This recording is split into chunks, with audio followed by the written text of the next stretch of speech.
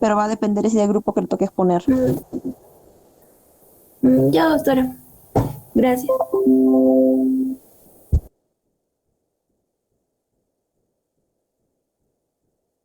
¿Logran ver, doctores? ¿Se proyectan las diapositivas? Sí, doctora. Sí se ve, doctora. Ya, empezamos entonces. Bueno, primeramente hablando de tumores benignos, es una enfermedad básicamente poco frecuente.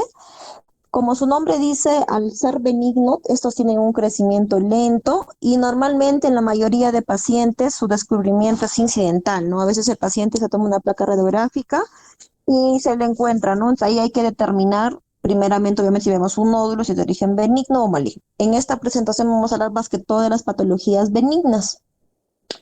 Como su nombre dice, rara vez presentan una amenaza para la vida, no necesitan ser extirpados, generalmente solo en algunos casos si es que el tamaño incrementa demasiado o comprime alguna estructura importante que no permite que el paciente haga su actividad o su vida normal, ¿no? Como es benigno, estas lesiones no causan o no hacen metástasis. Más que todo, suponen menos del 5% de tumores pulmonares. De característica pueden ser centrales o periféricos, mayormente son periféricos. Y como les mencioné, normalmente se encuentran en la placa radiográfica de manera incidental, ¿no? Normalmente son asintomáticos. Dentro de los tumores que vemos en la parte benigna, estamos hablando de los papilomas, de los adenomas y los amartomas. Acá básicamente la diferencia, ¿no? A nivel del endotelio, como en las células de un tumor benigno, o sea, no cáncer, crecen lentamente, son locales y no tienen la capacidad de invasión o diseminación. Por lo tanto, no causan metástasis. A diferencia de las células malignas o cancerosas que invaden tejidos vecinos, entran a vasos sanguíneos y metastatizan a otros órganos. Normalmente de pulmón, bueno, hablando de cáncer en sí, que lo van a hablar sus compañeros la siguiente clase, estamos hablando del pulmón contralateral, ganglios mediastinales, cerebro, y bueno, cuando hablen de TNM, y nos va a ayudar un poquito a estadificar al paciente, ¿no? La patología más común y que ustedes deben tener conocimiento, estamos hablando del amartoma, ¿ya? Es una neoplasia benigna compuesta por una mezcla de elementos de tejidos normales o una proporción anormal de un elemento simple presente en un órgano. En el caso de un amartoma pulmonar, lo más frecuente es una masa de una variada combinación. Este tejido puede estar compuesto de cartílago, tejido conectivo, grasa, músculo liso y epitelio respiratorio, todo en un conglomerado, no organizado. Normalmente estos amartomas son solitarios y se pueden dividir de tipo parenquimatoso o de tipo endobronquial central. Y su característica principal, al ser benignos, tienen un crecimiento lento.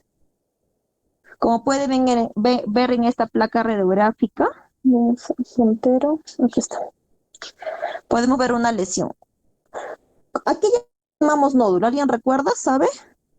¿A partir de qué tamaño yo denomino un nódulo, masa? Eso es algo que deben saberlo. Menor a 3 Menos de 3 centímetros. centímetros. Menor a 3 centímetros, doctora. Muy bien, doctores. Menor a 3 centímetros, estamos hablando de un nódulo pulmonar. Y cuando es mayor a 3 centímetros, estamos hablando de masa. ¿Ya? Entonces, normalmente los amartomas son pequeños, menores a 3, pueden crecer. Por ejemplo, bueno, es de origen central. Como les digo, a veces el paciente viene con una placa radiográfica y de forma incidental encontramos esto y posteriormente dentro de su estudio tenemos que ver una tomografía pulmonar, ¿no? Para ver sus características, porque así a simple vista yo no puedo saber si es algo benigno o maligno. Tomográficamente, ahí voy a evaluar otras características que vamos a ir viendo poco a poco. Como les mencioné, el amartoma es la tumoración benigna más frecuente. Generalmente mide menos de 4 centímetros. Se ha descrito amartomas gigantes que son excepcionales, no hay muchos. Y normalmente se representa como un nódulo redondeado, asintomático en zona periférica. ¿Ya? Como les digo, se encuentra de forma incidental. También se han descrito casos en los que las lesiones pulmonares son múltiples, en el caso de la triada de Carney, que es una triada bien rara. En verdad yo nunca la he visto, pero se describe en la literatura, ¿no? Que es un síndrome raro, como les dije, que está caracterizado por condromas pulmonares leiomyoblastomas epiteloides gástricos y para gangliomas funcionales extraadrenales, ¿no? Entonces es un síndrome bien raro que hay que buscar estas características, ¿no? Los amartomas centrales o endobronquiales, que son más raros, producen síntomas básicamente por la compresión, es lo que les decía, ¿no? Por la obstrucción de la vía aérea y puede manifestarse con los síntomas de tos, hemoptisis, disnea o neumonías obstructivas. Y si no son diagnosticados de forma temprana y tratados adecuadamente, causan daño irreversible del pulmón debido a la obstrucción bronquial. Imagínense un amartoma que se haya formado en el bronquio principal izquierdo, que me obstruye este bronquio.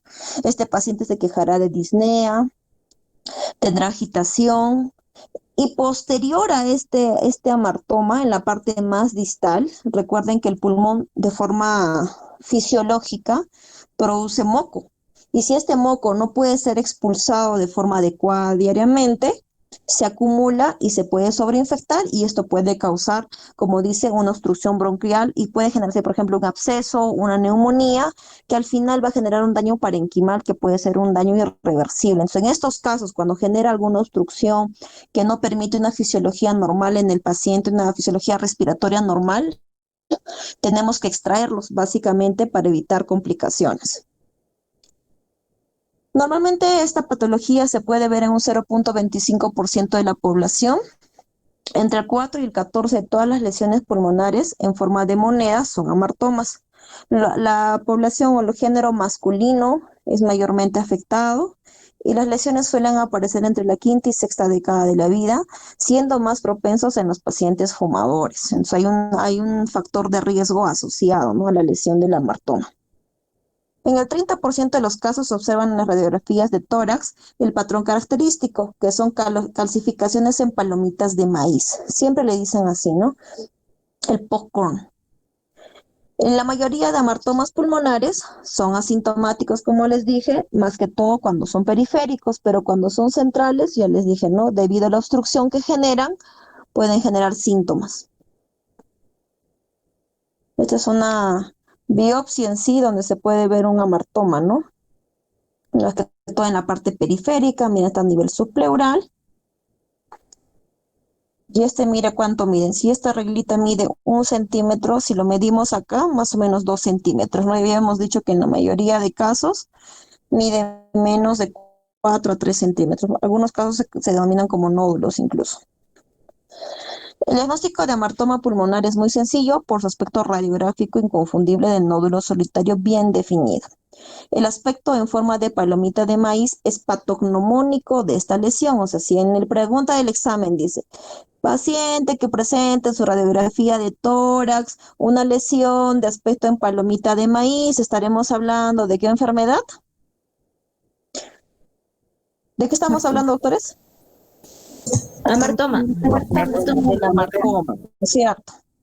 En el 15% de los casos, el amartoma pulmonar está calcificado. Normalmente recuerden que las lesiones benignas tienden a calcificarse. Solamente las lesiones malignas son las que no se calcifican, pero más adelante, cuando hablemos de nódulo pulmonar solitario, hablaremos de unas características de la calcificación, ¿ya? En las tomografías computarizadas se puede ver aspecto parecido a las radiografías, aunque en ellas se pueden observar mejor las calcificaciones y la distribución que nos puede ayudar a diferenciarlas. Si yo le hago a una biopsia a una lesión de amartoma, normalmente lo que voy a observar en la histopatología van a ser fragmentos fibromixoides o cartilaginosos que confirmaría el diagnóstico de amartoma, ¿no? Recuerden que el amartoma es cartílago, tejido conjuntivo, como les dije en la parte anterior. El tratamiento de los amartomas sintomáticos o de crecimiento rápido es la cirugía conservadora en cuña o enucleación, que básicamente va a ser para evitar las complicaciones que me puede generar. Como les digo, me puede generar una neumonía obstructiva. Es el ejemplo que les puse, ¿no? Una lesión a nivel del bronquio principal, en la parte distal, el moco no se va a eliminar con facilidad, se va a infectar, va a formar una neumonía recurrente o obstructiva o un absceso, ¿no?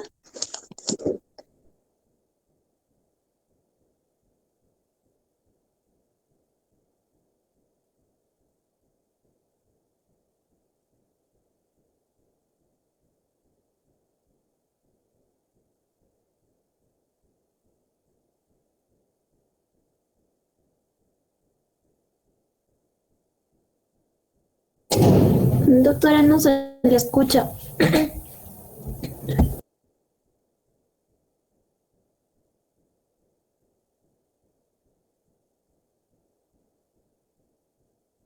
Sí, Marci, ya, continuamos.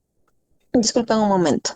Como les mencionaba, nos hay que tener en cuenta que básicamente la extracción va a ser cuando me causa alguna lesión que me puede generar una complicación posteriormente. Recuerden que esto me va a generar una neumonía obstructiva, ¿ya?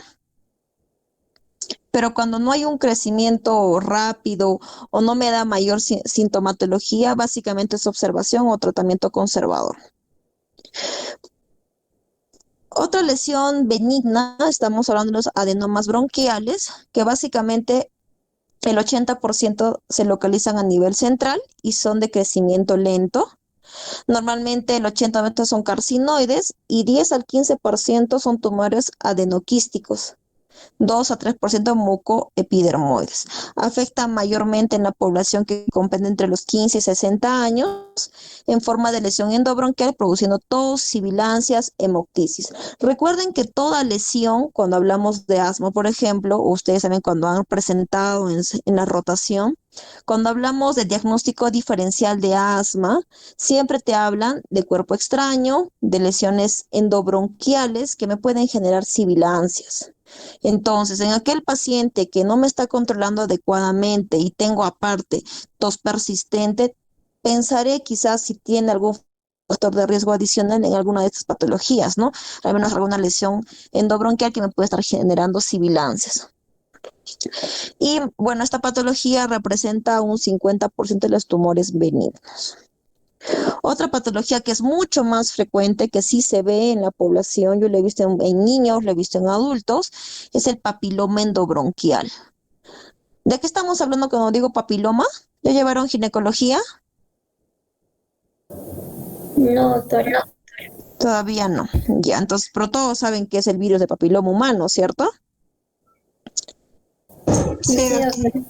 Ya, entonces normalmente el papiloma endobronquial es cuando este virus de papiloma humano se encuentra en la vía respiratoria.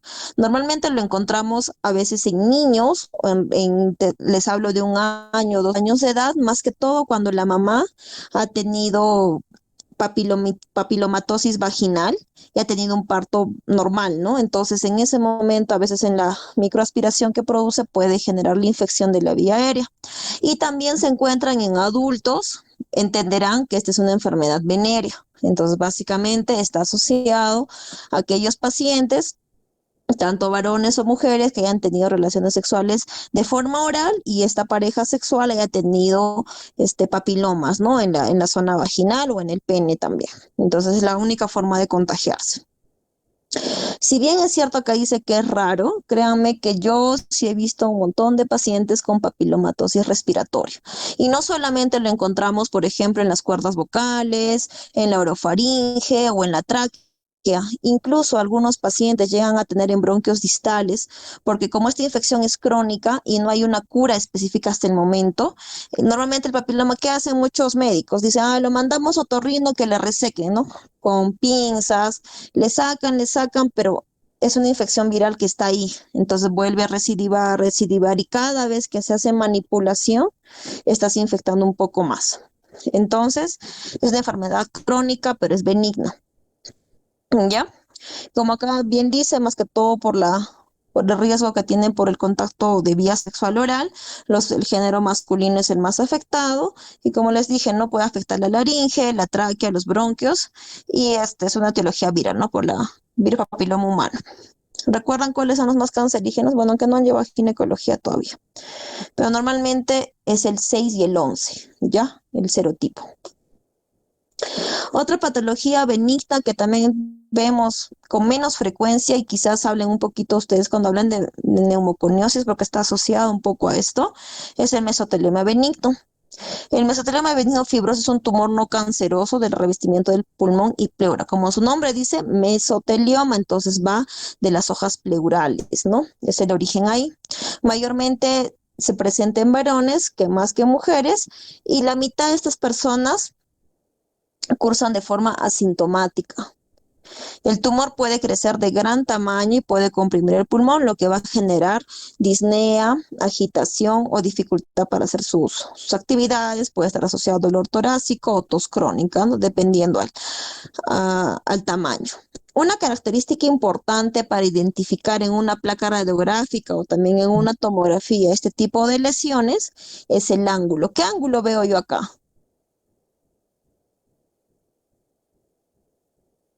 ¿Alguien recuerda un poquito de matemática? Agudo, doctora. No, este es un ángulo obtuso, ¿ya? Normalmente, cuando la lesión a nivel pulmonar se origina de la hoja pleural, me va a dar un ángulo obtuso, ¿ya? A diferencia, imagínense que yo tenga acá un nódulo, pero que esté justo cerca a la hoja pleural, el ángulo que en ese caso, imagínense que el láser que estoy poniendo es un nódulo. Entonces, este nódulo, el ángulo que me va a generar en la parte superior se llama agudo. En ese caso, el origen de este nódulo va a ser pulmonar. Es una, ¿cómo les digo? Una relación que nosotros hacemos para identificar, porque si yo lo veo y no tengo experiencia en ver placas, diré, esa tumoración que veo ahí, ¿será de pulmón o será de pleura? Entonces ahí me ayuda mucho el ángulo. Y entonces si tengo una lesión que viene de pleura, estamos hablando de un ángulo obtuso. Y cuando la lesión es de origen pulmonar, hablamos de un ángulo agudo. Ya. Dentro del diagnóstico y tratamiento del mesotelioma benigno, el tumor generalmente se encuentra por accidente cuando se lleva a cabo una radiografía de tórax por otras razones. Recuerde que en algunos casos puede ser un mesotelioma maligno o un tumor mesenquimatoso. También es el diagnóstico diferencial. Y un tumor mesenquimatoso puede iniciar de forma benigna, pero posteriormente puede malignizarse, se puede convertir en un sarcoma, que eso sí es maligno. ¿Ya? Entonces, por precaución, siempre el diagnóstico tratemos de complementarlo con una tomografía pulmonar y con una biopsia pulmonar, ¿no? Para ver realmente cuál es la estirpe que yo estoy evaluando. Y si es que yo veo una estirpe que no me convence del todo que sea benigno y es maligno o es un tumor mesenquimatoso, tengo que extirpar el tumor, porque si yo lo dejo, se va a convertir o se va a malignizar con el tiempo, ¿no? Ahora, vamos a hablar de lo que es el nódulo pulmonar solitario. ¿Alguna pregunta hasta el momento de lo que es tumores benignos?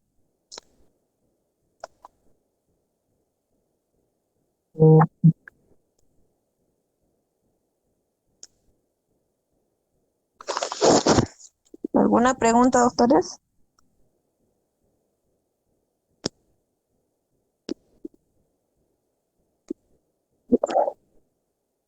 Creo que no, doctorita. Ya. Un segundito, dame, por favor.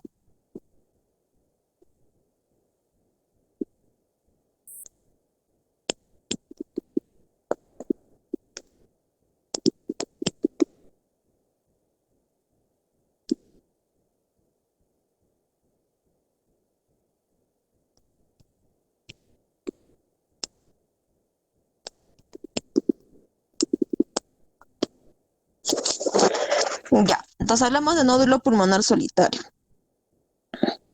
Entonces, cuando hablamos de un nódulo pulmonar solitario, estamos hablando, perdón, acá en la diapositiva, por favor, es 3, ¿ya? Es 3 centímetros, no es 1 centímetro. Es un nódulo que mide menor a 3 centímetros, normalmente es de una forma ovalada, redonda, homogénea en la mayoría de casos, donde no debo ver adenopatías, no debe estar asociada a ninguna lesión pulmonar. Imagínense como encontrarse una moneda en el pulmón y no tengo otra lesión adicional, ¿ya? La característica principal o la implicancia de la importancia de esta patología radica en la caracterización, ¿no? Saber si este es benigno o maligno, porque si es maligno y es todavía pequeño, no tengo compromiso a nivel mediastinal, me da un tratamiento o una opción quirúrgica con opción curativa si es que estoy hablando de cáncer. ¿Y alguien recuerda qué cáncer está asociado en un nódulo? ¿Por qué la importancia de seguir este tipo de nódulos? La siguiente clase me van a hablar de eso, pero normalmente está asociado a un adenocarcinoma, ¿ya? Entonces, cuando el adenocarcinoma todavía es menor a 3 centímetros, la opción quirúrgica es importante porque me da una opción curativa del paciente. En cambio, si este va creciendo, tengo compromiso de mediastino, tengo otra lesión que ya ahí deja de ser solitario, ya el tratamiento va cambiando porque la opción quirúrgica se va dejando de lado y estoy hablando de otras opciones de tratamiento, ¿no? Que en la siguiente clase sus compañeros nos van a hablar un poco más. Ya. Dentro de la etiología del nódulo pulmonar solitario tenemos de aspecto inflamatorio, tenemos benignos que ya lo hemos hablado, tenemos el carcinoma broncogénico y también los secundarismos, o sea, metástasis. Por eso es importante, como en toda patología, tener una buena historia clínica y que sea bien detallada. Va a jugar bastante el factor de edad, antecedente infeccioso, que tiene tuberculosis u otra enfermedad, si es que tiene alguna exposición ambiental, por ejemplo, alguna enfermedad ocupacional que le va a incrementar el riesgo de cáncer, que nos van a hablar sus compañeros. Hablamos de tabaquismo, sabemos que el tabaquismo es un factor súper importante para el desarrollo de cáncer de pulmón. Ya les he repetido varias veces, por favor, la fórmula del PAC-YEAR, eso sí lo deben saber. Antecedentes de cáncer de pulmón o antecedente de algún cáncer extrapulmonar, ¿no? Que va a aumentar el riesgo de tener cáncer. Las principales etiologías del nódulo pulmonar solitario, principalmente recuerden que en Perú, al ser un país endémico de tuberculosis, todos de alguna forma en algún momento de nuestras vidas, al menos nosotros que somos personal de salud, hemos estado expuestos al Mycobacterium tuberculosis. Entonces, por esa razón, muchos de nosotros podríamos tener algún granuloma calcificado, que solamente me va a hablar de que en algún momento tuvimos la enfermedad y nuestro cuerpo lo supo controlar y nos curamos, pero la única secuela que me ha dejado es un granuloma, ¿no? Es por eso que muchos pacientes a veces vienen a la consulta y te dicen, doctora, me encontré esta bolita blanca en mi placa. Y normalmente es un granuloma, ¿no? Podemos hablar de histoplasmosis, coccidiomicosis, criptococosis. En la mayoría de casos, en estas enfermedades que son infecciosas en sí, los nódulos no son solitarios. Podrían manifestarse, pero es muy raro, muy poca la proporción. Normalmente son nódulos múltiples. Ya hemos hablado de los amartomas, que es un 10%, o sea, es la más frecuente de las patologías benignas. Y cuando hablamos de otras secuelas, ¿no? Puede ser un nódulo falso, que podría ser básicamente por la postura de la placa, una neumonía redondeada, abscesos pulmonares, neumonitis, ascaris, neumocistis girovesi, aspergilomas, sarcoidosis, granulomatosis de Wegener. Y si yo me pongo a pensar en patologías malignas, a la cabeza estará el cáncer de pulmón.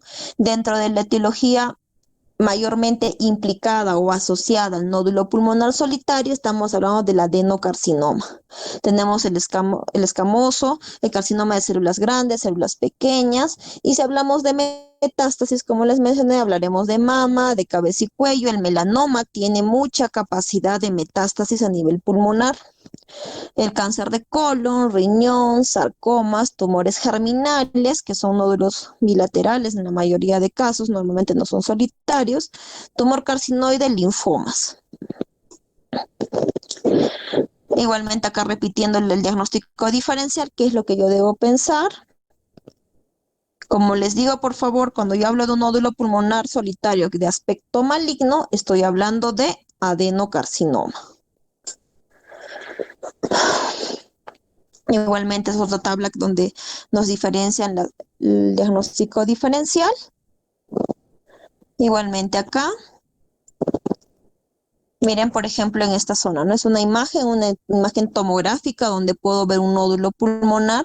Bueno, acá no lo puedo medir, pero miren sus bordes, ¿no? Sus bordes son irregulares, son espiculados. Normalmente cuando yo veo un nódulo así espiculado, irregular, no calcificado, porque esto no está, recuerden que el hueso, por ejemplo, es este blanquito, ¿no? Como pueden ver acá. En cambio aquí, ¿no? Y este paciente, como resaltamos acá, tiene un antecedente, mira, de una fórmula, de un PAC-YEAR de 45. ¿Cuánto era el punto de corte para riesgo de cáncer de pulmón? 20. Ya, entonces, si yo tengo esta historia clínica de este paciente, lo que voy a hacer es estudiar el riesgo de cáncer de pulmón y mayormente pensaré en ¿qué? ¿Qué cáncer les dije? Adenocarcinoma. ¿Adenocarcinoma? Exacto, en adenocarcinoma, ¿no? Entonces estaré pensando en eso. Normalmente, los nódulos pulmonares solitarios se detectan uno cada 500 radiografías. Recuerden que en la radiografía por lo menos debemos tener 9 milímetros, o sea, casi 1 centímetro de diámetro para poder evidenciarlos. Si son más pequeños no lo voy a poder ver, ¿ya? Los falsos negativos pueden ser, como les digo, por superposición de estructuras óseas, defectos técnicos, porque recuerden que es operador dependiente. Y el 90% de los pacientes que tienen un nódulo pulmonar solitario, que son visibles en análisis retrospectivos, no lo tenían previamente, ¿ya? Entonces, lo ideal es que cuando tú estás estudiando un paciente con un nódulo pulmonar solitario, te traiga las placas anteriores para poder hacer la comparación y también la medición, ¿no? Para ver cómo está evolucionando. Por ejemplo, aquí, ¿no? Si uno no lo vería detalladamente la estructura de la costilla, podría pasar por alto y decir, no, es una superposición nada más. Pero si uno ahonda un poco más en la tomografía, miren cómo está, capta, ¿no? Se ve mucho más radiolúcido aquí. Entonces tendré que pensar qué cosa está pasando ahí, qué más puede haber. Incluso acá es muy clarísimo, miren, puede ver el nódulo pulmonar, espiculado, adherido a parénquima pulmonar, pero miren en la placa radiográfica, ¿logran identificar algo? No. No. No, para muchos no, ¿no? Entonces, incluso para mí, si yo no tuviera la práctica, diría no, la pasaría por normal, pero a mí me llama la atención esta estructura. No es normal, ¿no? Entonces, pero eso, como les digo, incluso eso es un poco de práctica.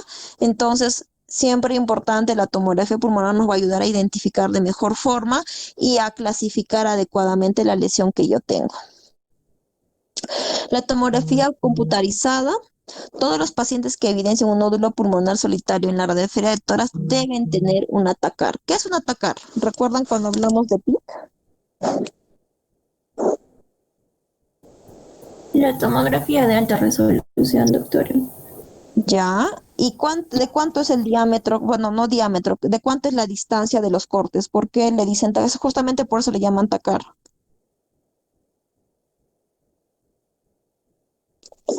1 milímetro, ¿no? Los cortes son en 1 milímetro. Entonces, hay nódulos que pueden ser muy pequeños, pero al tener esa tomografía de alta resolución se van a poder identificar por muy pequeños que sean. Yo he visto nódulos de 3 milímetros, 4 milímetros, que si yo tengo una tomografía convencional, los cortes los hacen cada 5 milímetros. Entonces, si yo tengo los cortes cada 5, no los voy a identificar. A no ser que por suerte justo le cogen un corte. Pero si justo para mí no lo cogí, no lo voy a ver. Entonces, en estos casos se recomienda pedir una tomografía de alta resolución para que no se nos pase ese tipo de lesiones. Una cosa súper importante, como les digo, se llama nódulo pulmonar solitario solamente si la lesión es única, que no se acompañe de ninguna otra lesión, que no haya adenomegalias, derrame pleural, nódulos satélites, que no haya una neumonía, que no haya bronquiectasias, que no haya misetomas, nada, es solitito, ¿ya? Y como les dije, de acuerdo a las características de la imagen, nos ayudará a orientar la naturaleza benigna o maligna de este nódulo. Como les digo acá puedo ver, ¿no? Una mancha blanca, como redondeada, diré será un nódulo, una masa, y no, tomográficamente es una telectasia redonda, que radiográficamente me da la impresión de que es un nódulo, pero tomográficamente no. Entonces acá digo, no estoy hablando de nódulos, estoy hablando de una telectasia, ¿no? Secular básicamente. Igualmente, aquí, ¿qué veo acá?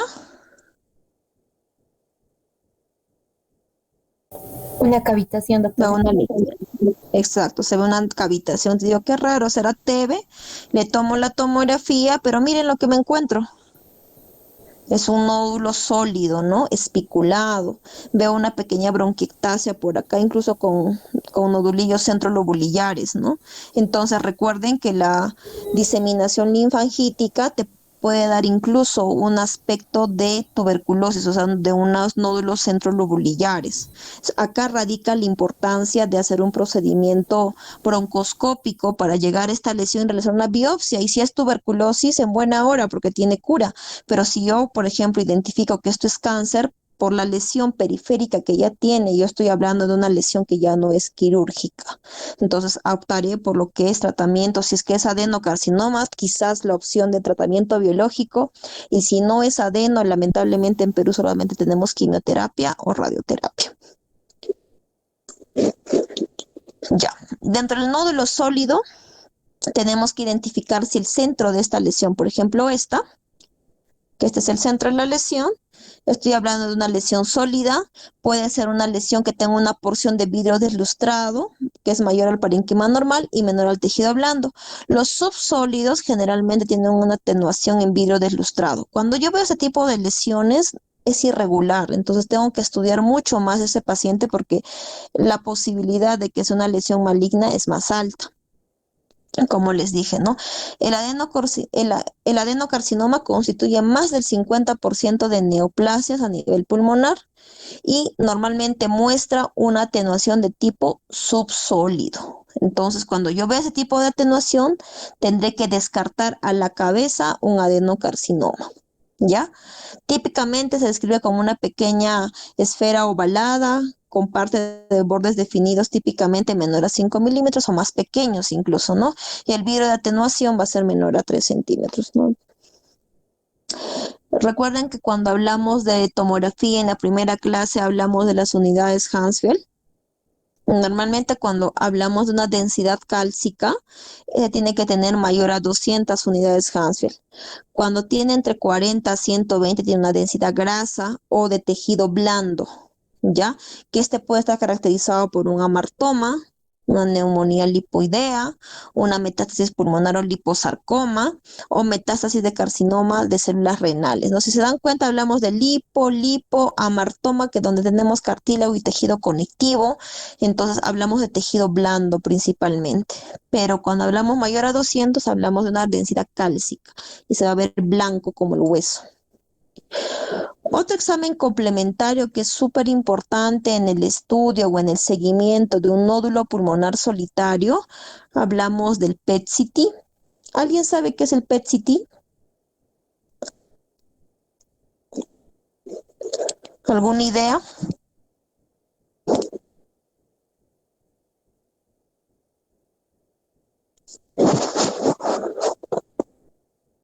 Es una tomografía computarizada asociado a emisión de positrones, ¿no? Es medicina nuclear. Aunque es un poco raro, créame, cuando yo tenía colegas residentes que hacían medicina nuclear porque ellos ven otras cosas completamente diferentes a nosotros. Lo que hace este examen básicamente es un estudio metabólico. ¿Qué hacemos en este tipo de pacientes? Por ejemplo, recuerden que una neoplasia normalmente se encuentra en un estado catabólico. ¿Qué es un estado catabólico?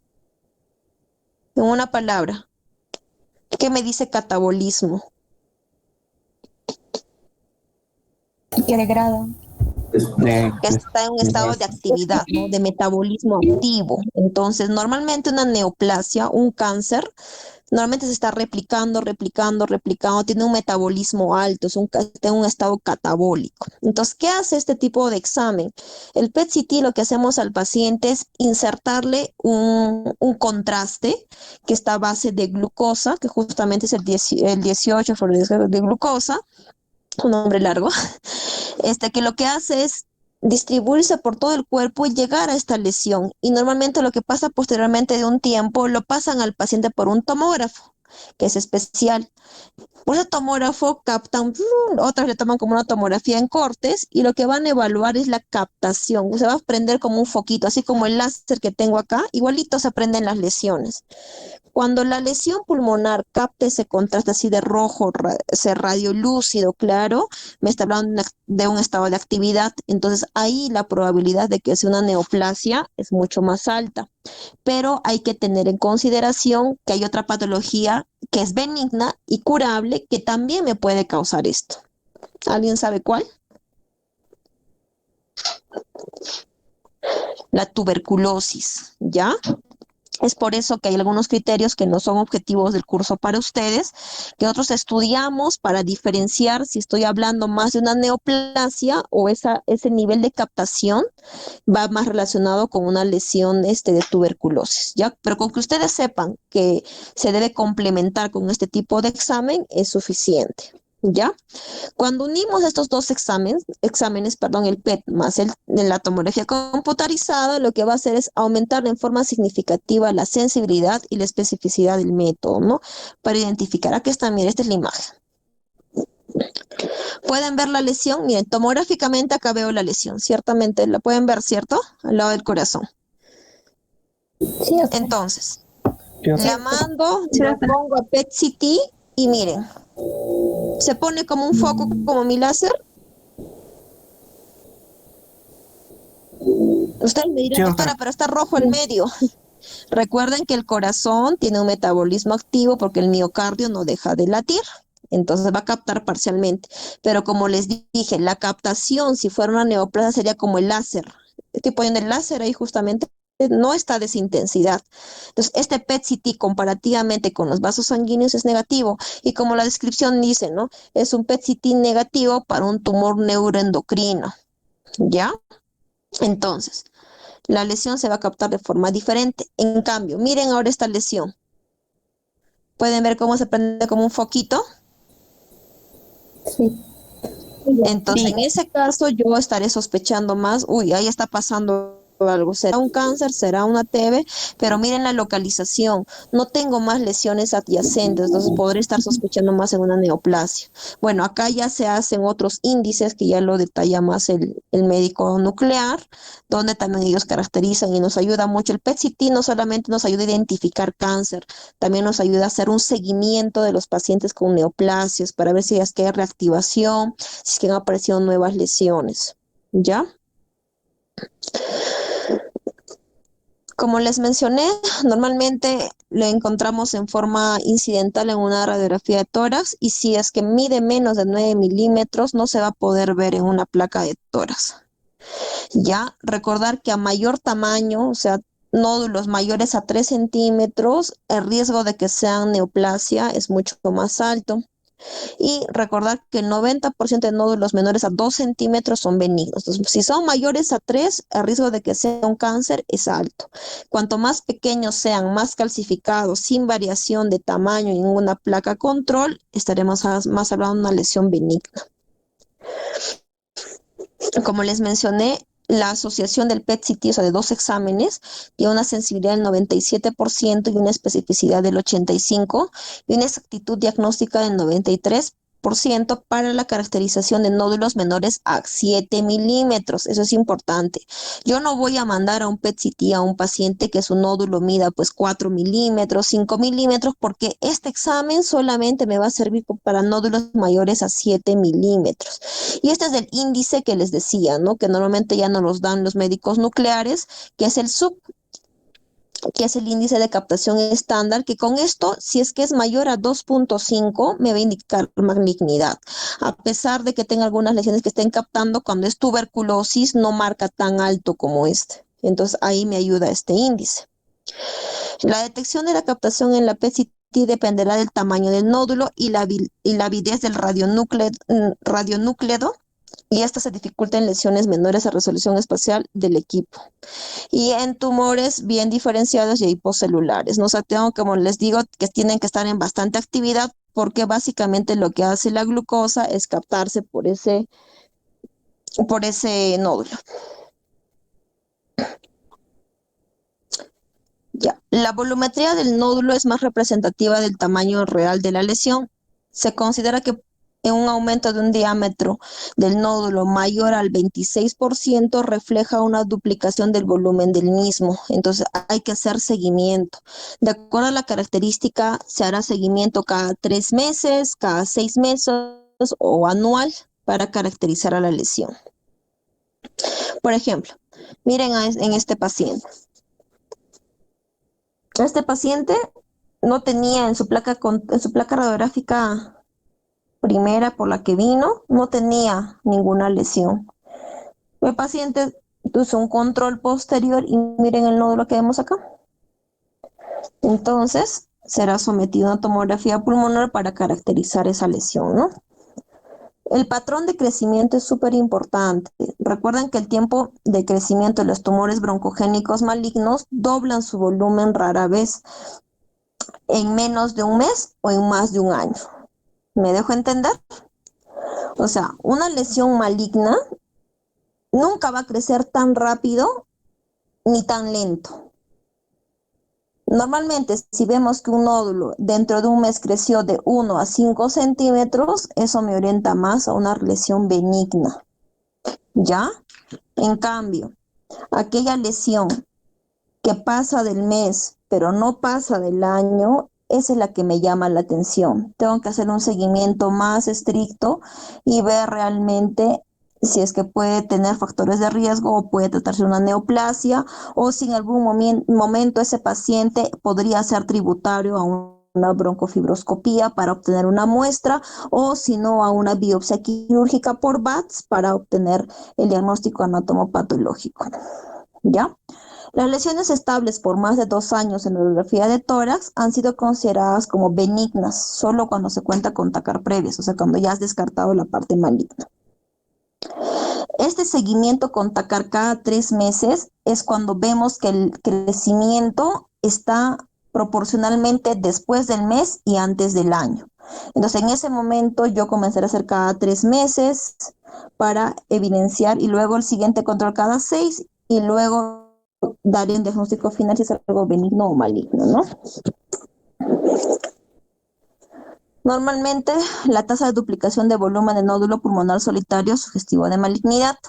Por ejemplo, empezamos con 3 milímetros, a los 2 meses estoy viendo 4 milímetros, a los 100 días, que es cuarto del año, 5.5, luego 1, luego 2.5 y luego 4. Como les digo, la duplicidad del tamaño del nódulo inicial nunca va a ser menor a 30 días. Si es menor a 30 días, estoy hablando de una lesión benigna, ¿ya?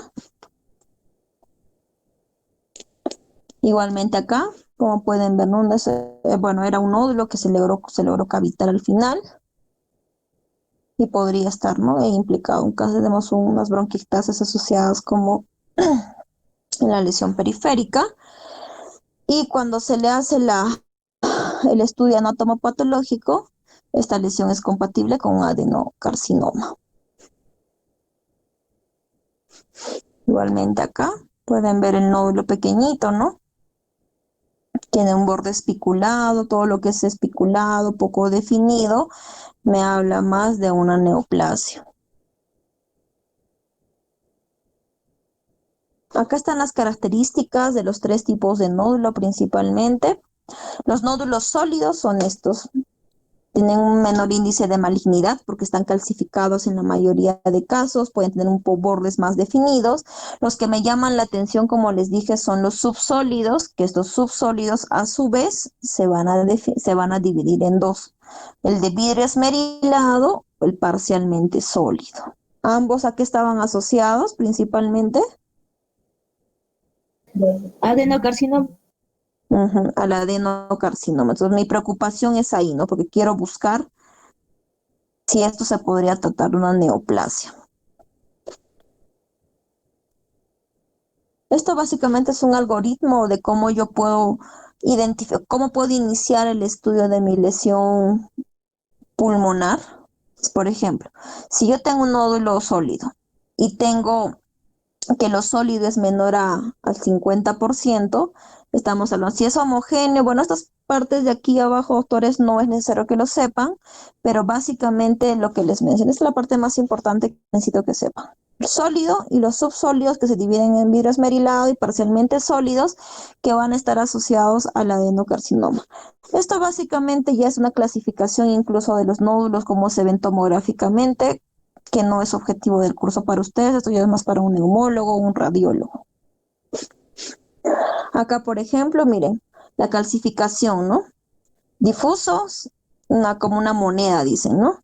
Nódulo central, laminar, las palomitas de maíz, que ya hablamos en antes. Si es que yo veo, por ejemplo, en mi nódulo, por ejemplo, en esta tomografía pulmonar que está asociado a un broncograma aéreo, eso me llama la atención. Ya les dije que cuanto no sea sólido, cuando sea más vidrio ilustrado, ground glass, estamos hablando más de una lesión neoplásica, entonces tendré que pensar ahí de un carcinoma bronquiolo alveolar, un linfoma, una neumonía organizada que podría estar generándome esa lesión.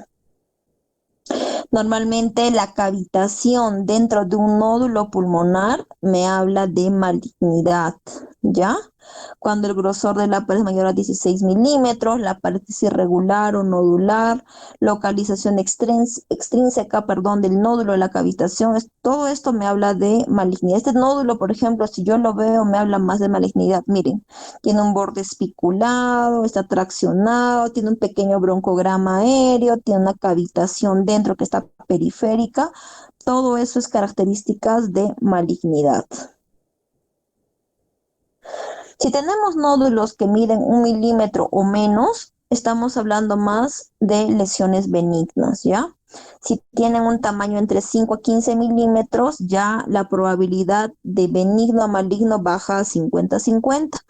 Y si mide más de 15, el 95% son malignos. Entonces, como les dije, la probabilidad de que sea una neoplasia es cuanto más grande sea el nódulo.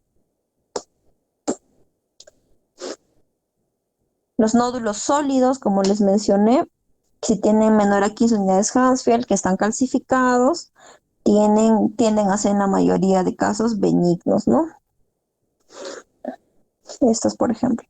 Cuanto menos calcificación tengan, ahí hablamos mayormente de malignidad.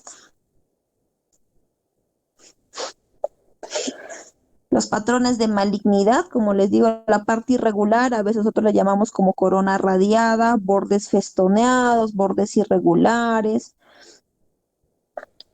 Los regulares bien definidos normalmente, mayormente son benignos, ¿no? Muy raras veces, recuerden que en la medicina nada es absoluto, es por eso que siempre hay porcentajes de la minoría, que es algo raro, pero la mayoría, casi un 80% son benignos, ¿no? Pero eso sí, si el nódulo es espiculado, radiado, festoneado, tiene una cola de cometa, a veces le dicen otros médicos, estamos hablando de algo maligno. Y por eso es importante tomar en consideración la historia clínica del paciente. Por ejemplo, si yo tengo un nódulo y que lo encuentro en un paciente de 70 años, la probabilidad de que sea una neoplasia va a incrementar. Si este paciente encima ha sido fumador o que el tiempo de que ha dejado de fumar es hace poco o sigue fumando, o sea, todo eso me está hablando puntos a favor para que sea una neoplasia. Si el nódulo es más grande de 1.5, como dijimos anteriormente, en este caso mayor a 2.2, estamos hablando de algo más elevado para NM. Como les digo, las características tomográficas, ¿no? Tiene bordes festoneados, una corona radiada o bordes espiculados. En este tipo de pacientes, como les digo, podría irse a una broncofibroscopía, podría irse a una biopsia por aguja percutánea, aguja fina, por cirugía, que básicamente sería una biopsia quirúrgica, básicamente una resección ya, que normalmente lo ideal es que vaya por una videotoracoscopía, ¿no? Que es el método ideal. Cuando yo he clasificado a mi paciente y tengo baja probabilidad de malignidad, básicamente le haré un seguimiento por tomografía.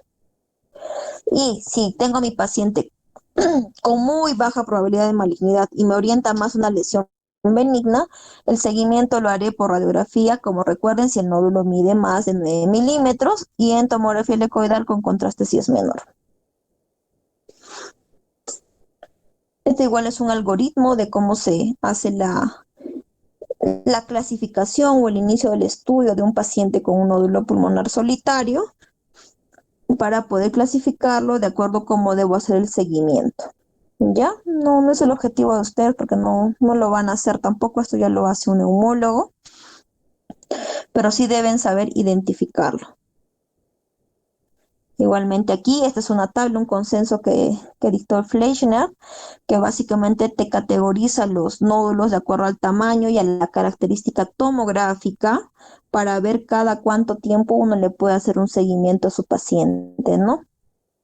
Para determinar si es que está creciendo de forma rápida y que me oriente más a una neoplasia o a una lesión benigna. Bueno, doctor, esta es la parte de nódulo pulmonar. ¿Alguna pregunta?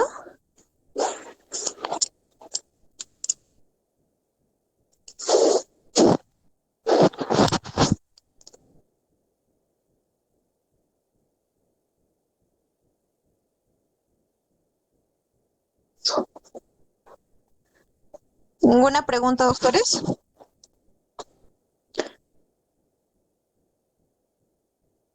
Entonces, para dar pase a la exposición, por favor. Doctora, una pregunta. En el seguimiento se les hace tomografía. Ajá. No es muy dañino hacerlo tan seguido.